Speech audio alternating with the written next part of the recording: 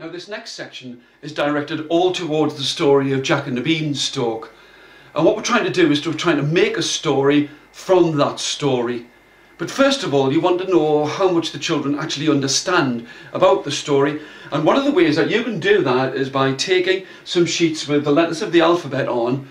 And what you do is you ask the children for some words that start with these letters and you write them down. My advice is to always try and make a story in a group situation where the children gain confidence by watching other children who perhaps have a larger and wider vocabulary freely giving out words.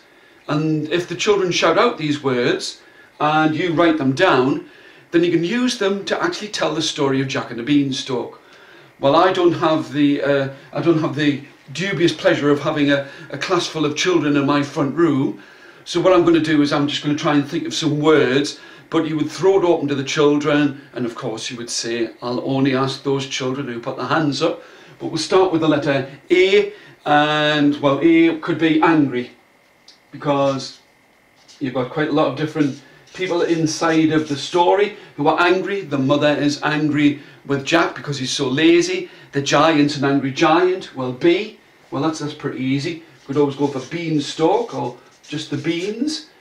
C, well there's the cow and the coins that come in later on. D, well it could be that he's thinking that it's going to be dead, or it's dire, or it's a dreadful place. So a dreadful place that he goes to up the beanstalk, and as he goes up he could be E for excited and frightened. Well, I don't know about you, but if I was going up a beanstalk I'd be pretty frightened.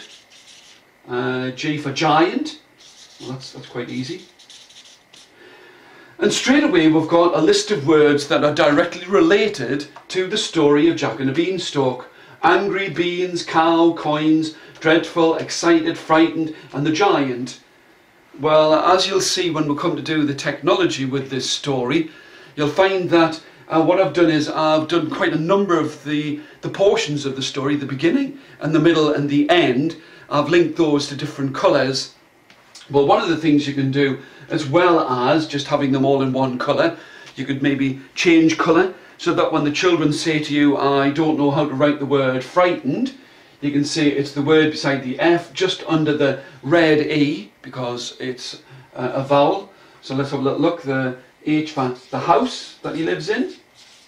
And there's a harp later on. Let's see. Let's think about this, and we'll try these in different colours. Well, he goes in. Yes. Well, obviously J for Jack. Let's put that in another colour. So, yeah, Jack jumped. The giant was going to kill him if he found him. All of that fee, fi, fo, fum and stuff is not conducive to him wanting to keep him alive. Perhaps knew. L, looked. And I know when I do this work with little children, the M always stands for the mam. By putting them in different colours, you can see for those children, as this would be left on the wall, you would say to the children that the word mam is written in blue. It's at the bottom of the second sheet on the left hand side. All of this is about enquiry skills, and also it stops the children forming a queue the full length of your classroom. So we've got quite a lot of the words, the vocabulary that is related to the story of Jack and the Beanstalk. Well, N, well, nervous. Yeah, nervous. The O for the oven, because that's where he goes. P for people. Peeped. He peeped out of the oven. You had to be quiet and quick. You do realise that with all of these words, you've got these things like the new, that begins with the K, so it's a silent K that you have at the beginning of there. Perhaps some of the things that might come up, the cows, the coins were a circle, and all of these quiet and quick, especially with the younger children. You find that this idea of emphasising that it starts with a QU, but it is like a hard K sound. He ran, shouted,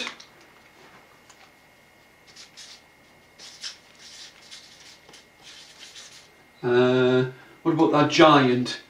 Well, he was terrible. I'll write that in red. Quite like the idea. Again, you're looking at the way that you're displaying these words so that the children cannot say to you, I don't know how to write, because they've got an aide de memoire on the board or up on your something smart board or just up on the wall, and all of these things, well, if you want to, you could get some pictures that go with the beans and the cows and the coins, the giant, the house and the harp, and all of these pictures could be put by the side of these words. Anyway, we're up to T. I suppose one of the things that we're really emphasising with Jack and the Beanstalk is that the giant is above and Jack is under. So he lives really in a kind of an underworld. So U for under. V for very. No, and I'm not going to write it twice, like very, very. Worried. Or wonderful. I know that I did say that you've got to all of the letters of the alphabet. Well, sometimes you might just have to miss one out. Yelled. And if you want to try and give the children puns, well, you've got the Z for sleeping. So if you look at it, we've got quite a wide variety of different words there.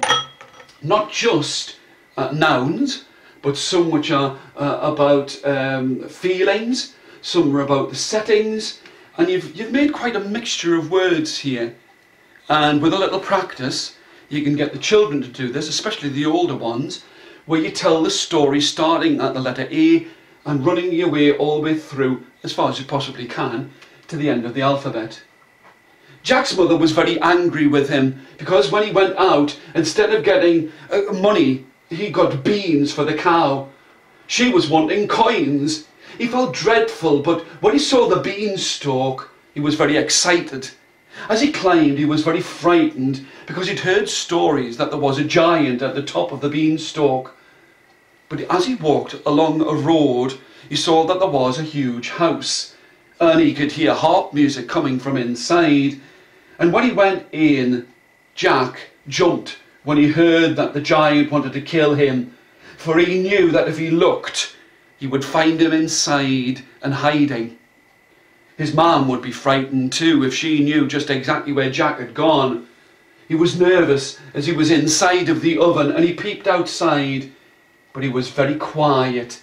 And as he found that the giant had gone to sleep, he quickly ran out and shouted to his mother that he'd got the coins from off the giant. It was a terrible job to go back from being underneath that beanstalk, but very quickly, even though he was worried, he went up and up and up to that beanstalk, and there he found that he got the hen. There he found that he got the harp. But when the giant was chasing after him, he yelled for an axe and chopped the beanstalk down. And that was the end of the giant, and that was the end of the beanstalk. But Jack lived happily ever after.